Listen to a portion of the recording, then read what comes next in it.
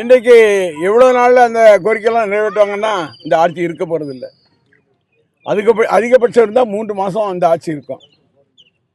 அதுக்கு பிறகு தானாக திராவிட முன்னேற்ற கழகத்தினுடைய ஆட்சி, நம்முடைய தலைவர் தளபதியினுடைய ஆட்சி தமிழகத்தில் வரணும்.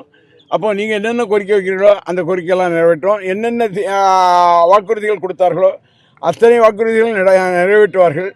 ஆகவே இவர்கள் கொடுத்த வாக்குறுதியை நிறைவேற்றுவார்கள் என்று சொன்னால் அது காணல் நீராகத்தான் இருக்குமே தவிர இந்த ஆட்சி வெகு நாள் நீடிக்காது என்பதை நான் இங்கே சுட்டிக்காட்ட கடமைப்பட்டிருக்கிறேன். எதுவும் கேளுங்க, கேட்க மாட்டேங்கல. திமுக கூட்டணியில் உள்ள கட்சிகள்லாம் மெல்ல மெல்ல அங்கே நகர்ந்த மாதிரி இருக்கு. அதை பற்றி என்ன சொல்றீங்க?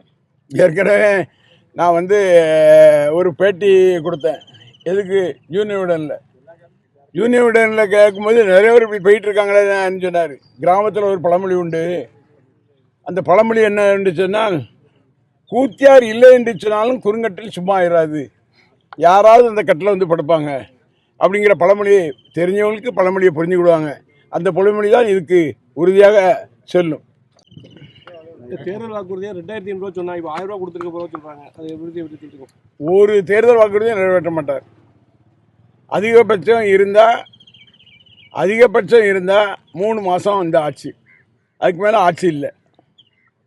இடைத்தேர்தல் முடிவு எப்படி இருக்கும்?